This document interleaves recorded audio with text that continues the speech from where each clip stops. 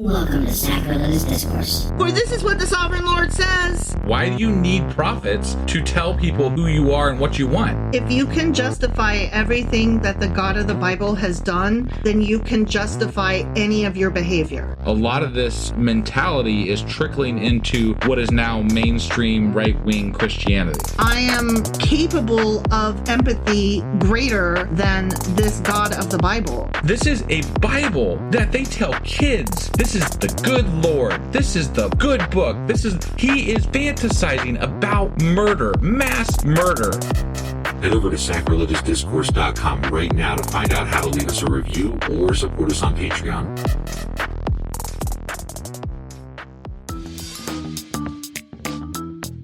Hey there, sinners and saints. It's your favorite Bible-bashing duo from Sacrilegious Discourse, and we need your help. That's right, folks. We're raising funds for some heavenly equipment and a studio that doesn't sound like it's in the depths of hell. Our current setup, let's just say it's more apocalypse than audiophile. So if you want to hear us dissect the Bible without the background noise of demonic squirrels, chip in a few bucks. We're aiming for $5,000 to upgrade our audio and build a studio worthy of blasphemous banter.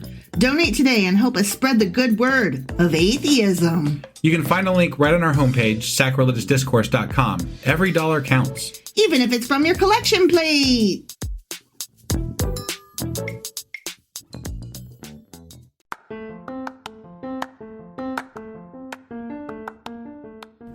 Welcome to Sacrilegious Discourse. I'm husband. And I'm wife. Together, we're reading the Bible for the very first time.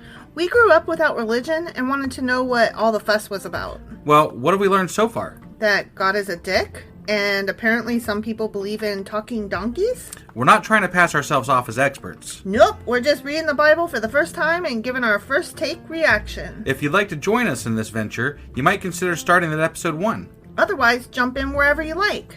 All right, let's go read the Bible. Yeah, let's get to it.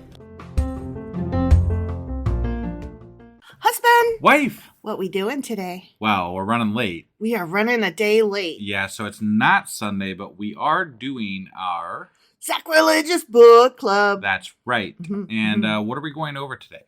Okay, so the next bit in our book that we're reading is the 10 Lost Tribes. Okay. And so I was like, huh? Yeah. And so I thought I would... Where did they lose them at? And what are they? I don't know this shit. So well, I mean, I'm assuming, because, like when we get later into the Bible, maybe, we kind of stop hearing about Dan and, right. Manasseh and all the other, and they come up occasionally, so but not like they used to. We're going to do a little bit of a history lesson. Oh, okay. All right. You ready to get into this? I sure as fuck am. Let's do it. Okie dokie.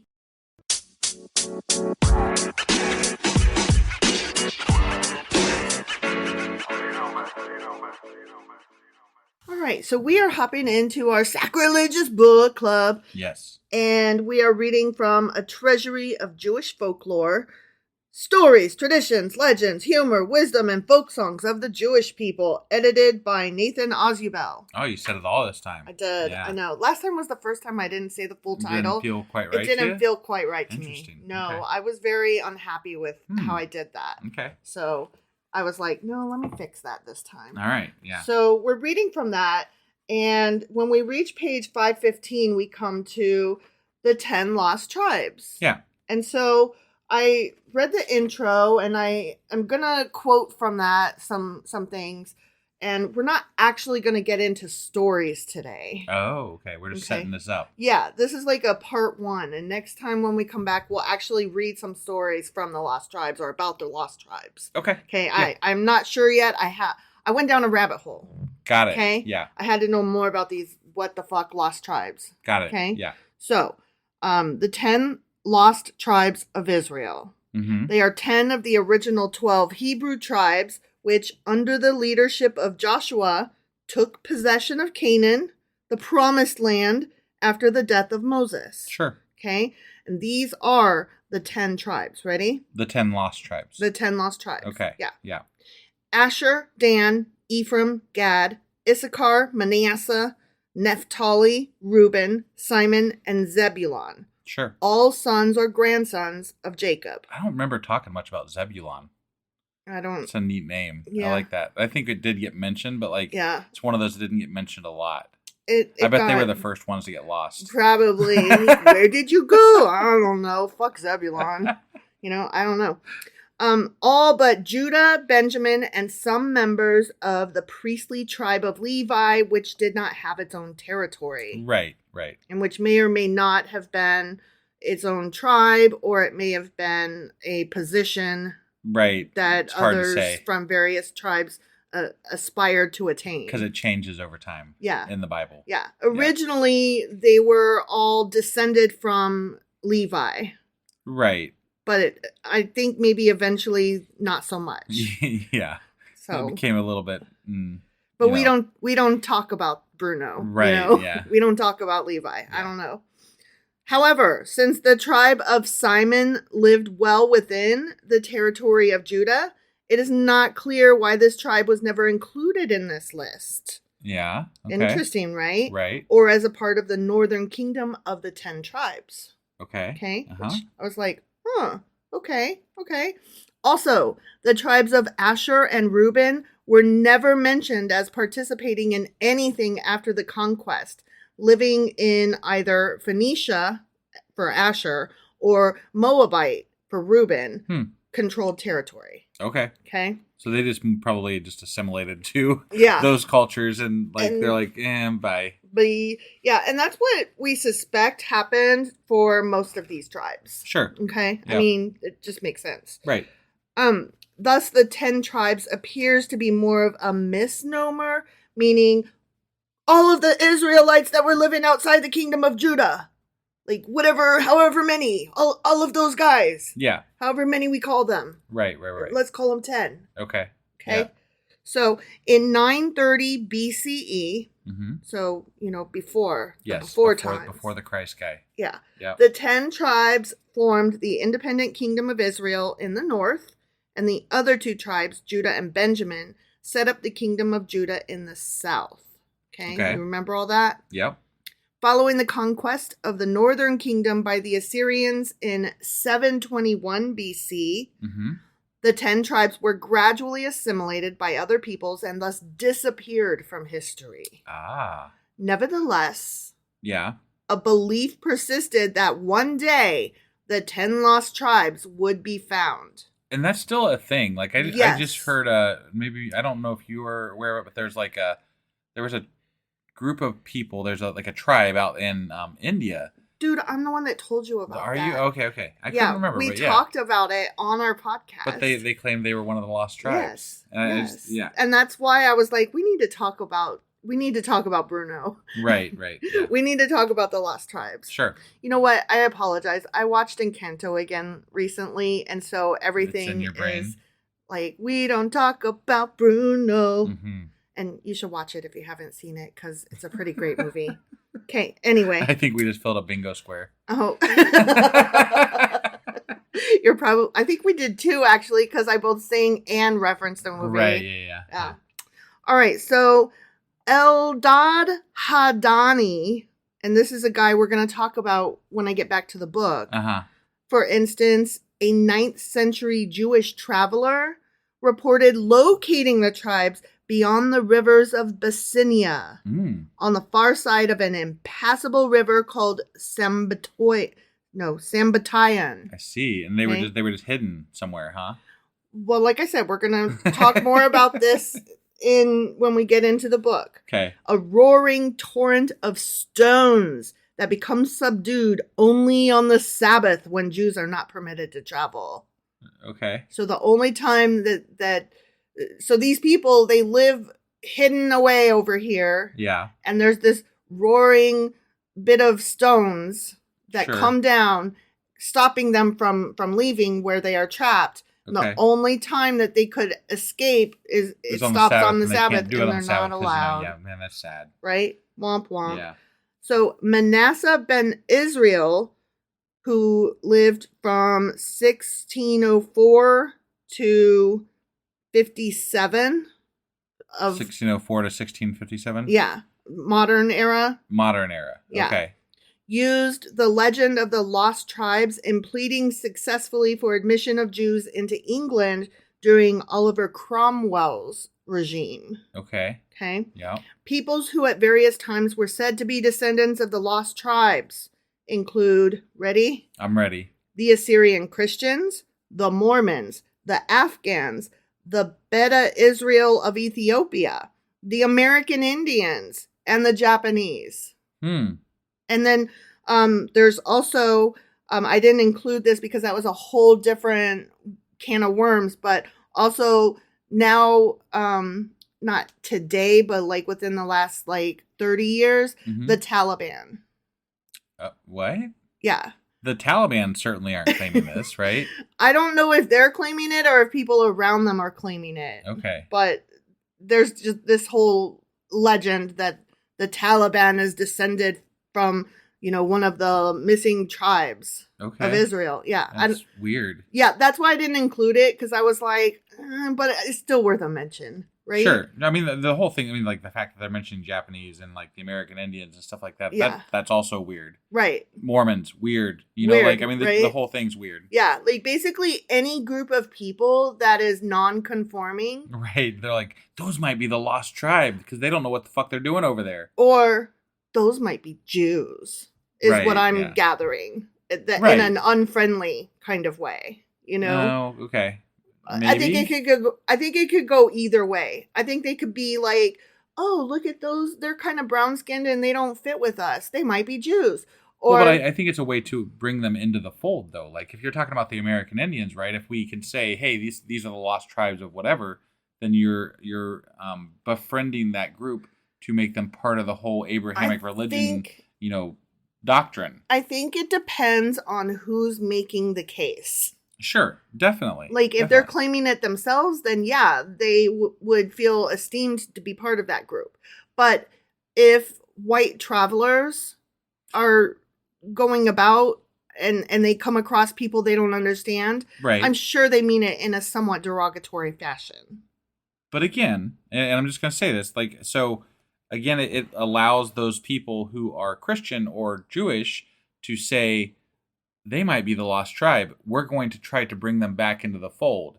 It gives them a way to not hate them. Right. That's true. And try to assimilate them instead of kill them. Right. So it's not maybe all bad all the time, even if it is somebody else. I'm not saying that it can't be bad, but I mean, right. They're trying to adopt them, They're like, hey, we're going to adopt you as the lost tribe. We're going to make you be Jewish. Yeah. Go.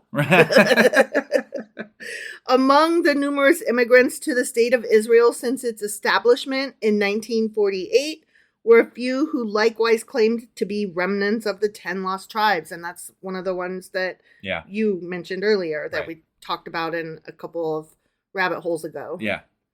The descendants of the tribes of Judah and Benjamin have survived as Jews because they were allowed to return to their homeland after the Babylonian exile of 586 BC. So they retained their wholeness as a group because they were able to remain a group. Right. In the 7th and 8th centuries of current era, the return of the lost tribes was associated with the concept of the coming of the Messiah. So it is very, it behooves Christians and Jews alike to locate and identify these lost tribes because for the Christians, it's the second coming. Right. For the Jews, it's the first coming. They got to get their end game going. Right. Like the story's got to wrap up here at some point. Yeah, so every time they identify somebody as a lost tribe, they're like, the prophecy's coming true. Right.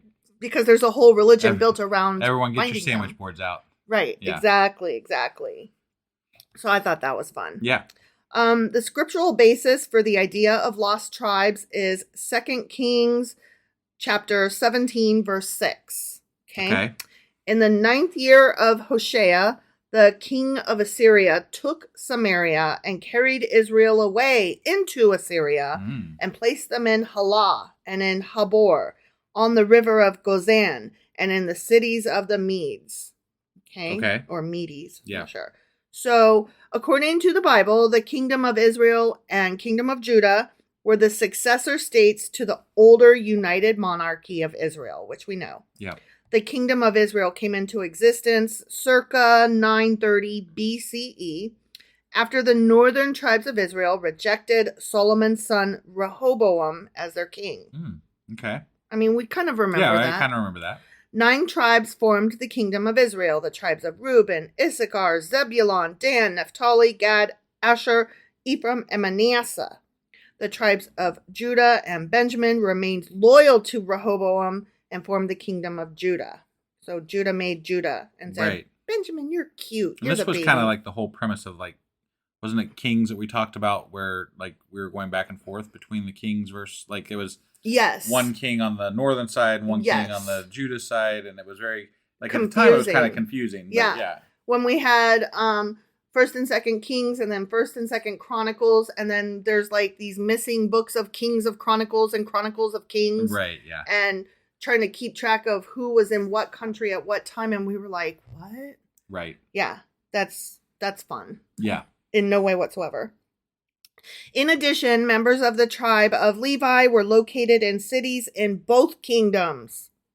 Which we were wondering about. Levi just disappeared. Right. Well, we were curious about that at the time. Like, we couldn't figure out which one they were in. Yeah. Well, it turns out both. Well, and that's kind of what it said in the Bible too, because it was like they were allowed to have, they were spread out from the get go. Right. And because they were given they didn't have their own. Well, and they were part of the priestly, whatever. Yeah. So like they had their own little. The priestly whatever, TM, technical term. But they had their own little establishment, like areas outside of the cities of these different tribes. Mm-hmm. And that was where they were allowed to, be or whatever. So. Right. So they were kind of the median guys, I guess. Yeah. So I wonder if they all got together for like a Levi reunion, at some point. Levite reunion. These guys, right? Yeah. Oh, God. So, according to 2 Chronicles chapter 15, verse 9, members of the tribes of Ephraim, Manasseh, and Simon fled to Judah during the reign of Asa of Judah in circa 911 to 870 BCE. Okay. So, thought that was interesting stuff. Yeah. Okay. Yeah. So now that was my rabbit hole. Now we're going to get into what the book has to say about it. Sure. Okay. Yep. And like I said, we're not going to get into any stories today. I'm just going to pick out some choice quotes. Okay. Got it. Yep. So the 10 Lost Tribes starts on page 515, and I'm reading from the introduction here. One of the most absorbing speculations preoccupying Jewish scholars and plain folk alike through the centuries has been that concerning the probable fate of the 10 lost tribes of Israel. Many of the theories concerning them were naturally of the wildest sort. Naturally. The romantic imagination always takes wing in such matters. I love the way this guy writes. Yeah. He's a bit flowery. He's a bit taken with himself, I think. Yeah.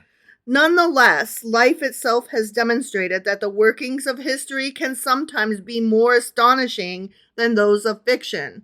So, truth is stranger than fiction. Yeah. We really are.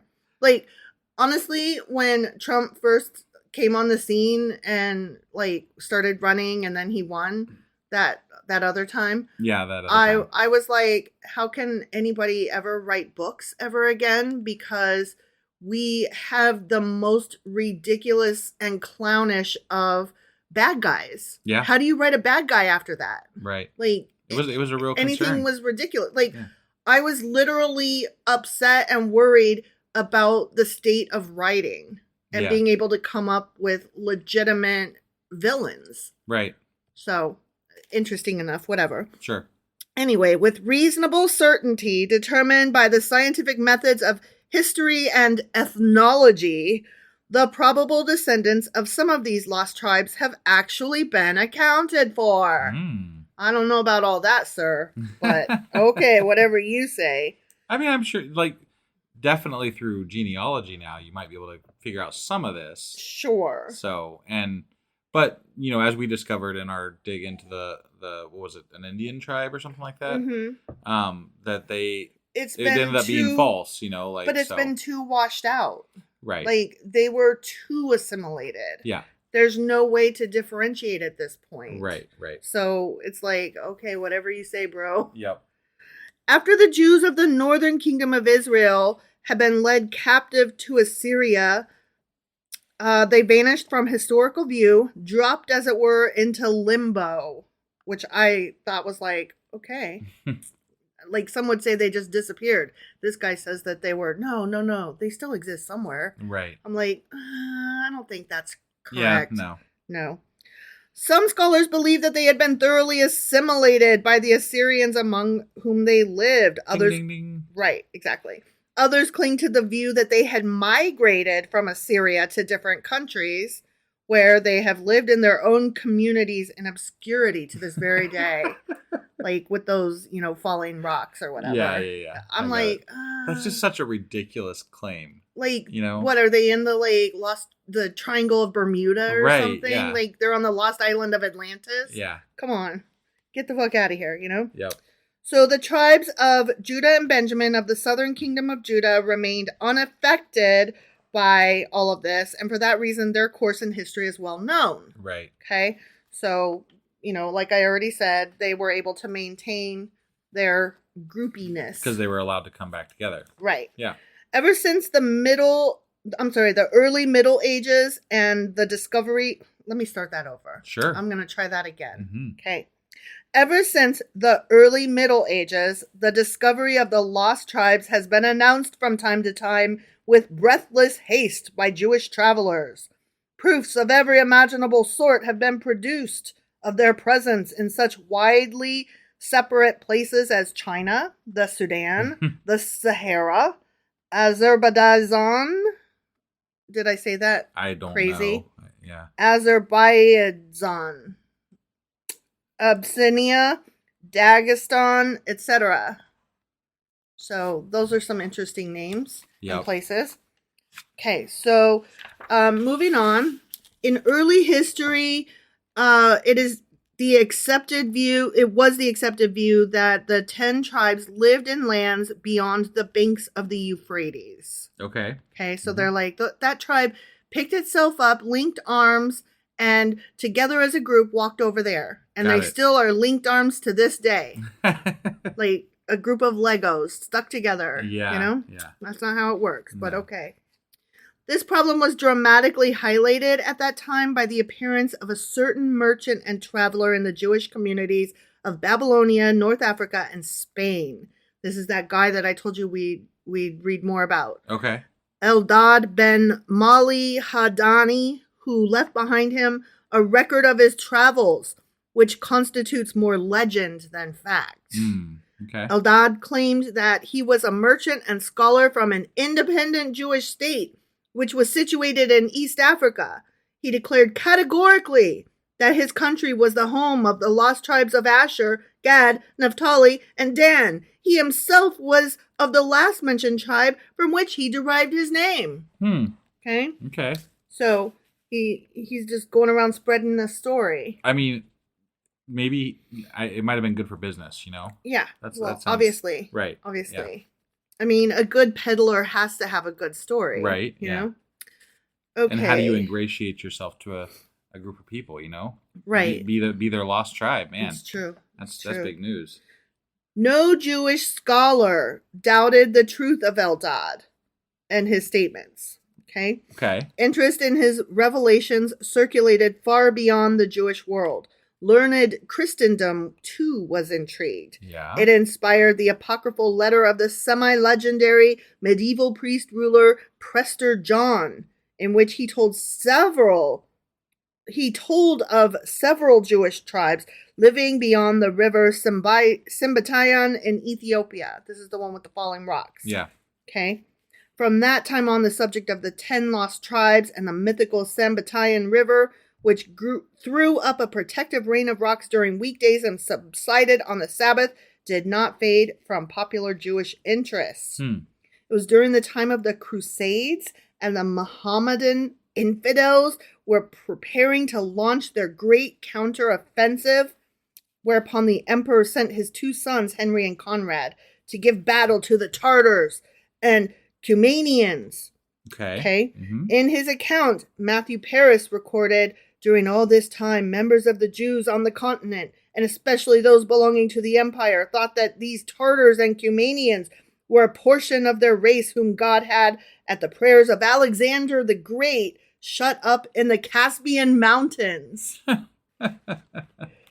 Intensified attention to the subject took place in the 17th century in England. It was all due to the writings of Manasseh ben Israel, the Amsterdam rabbi who induced Oliver Cromwell to allow the Jews to return to England after their banishment from that country 4 centuries previously. Manasseh was fully convinced of the authenticity of the Sembatayan legend. He believed in those fallen monks. I guess they like conspiracy theories back then, too. Yeah. So. Like MAGA early days, right? Yeah. He wrote in his book, Hope of Israel, lastly, all think that part of the 10 tribes dwell beyond the river Sabbatayan or Sabbatakol. He cites many authorities in support of his belief, including the statement of Josephus that Titus himself had seen the river. Later on, after his meeting with the remarkable visionary or charlatan, the Marano Jew Montezinus, Manasseh became fully convinced that the American Indians constituted some of the 10 lost tribes.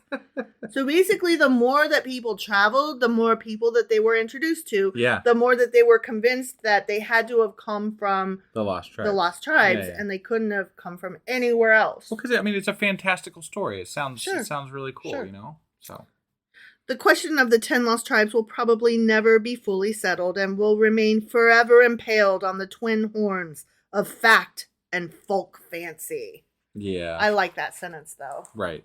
The twin horns of fault.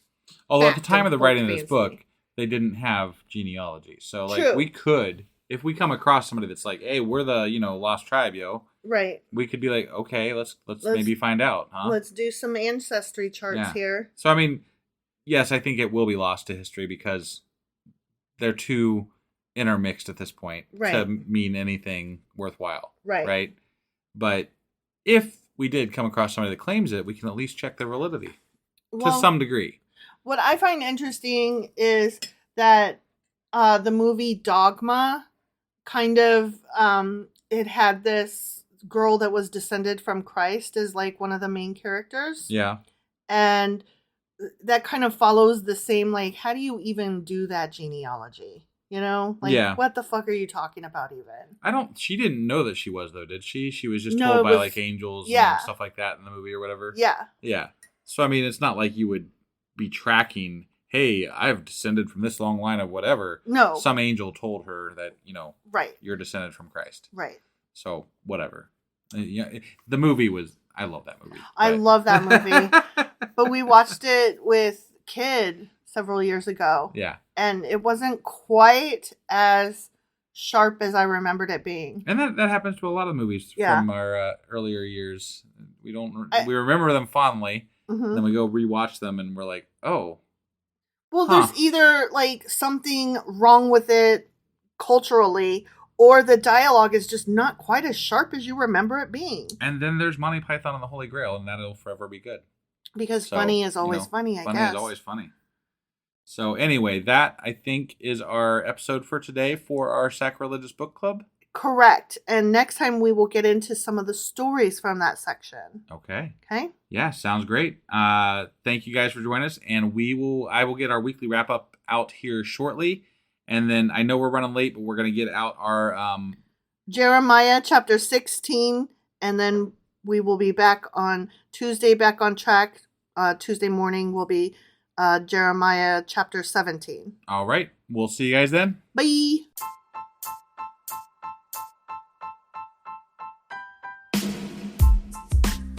Hey, wife. I guess that's the end?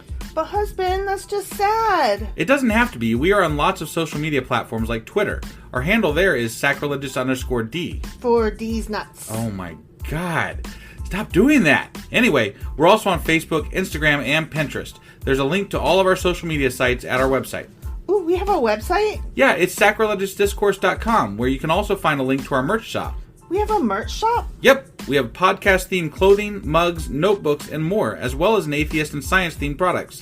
Wow, our fans should really go check that out right now. Definitely. They can get in touch with us by sending an email to sacrilegiousdiscourse@gmail.com.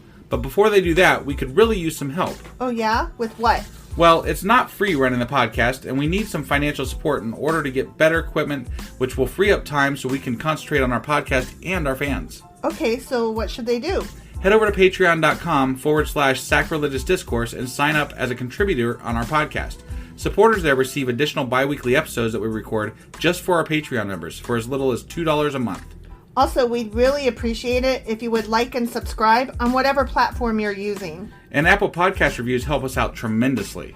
Like and subscribe, leave an Apple review, join us on Twitter, support us on Patreon. That's a lot of instructions. Don't forget to say thanks. Thanks. Okay, bye.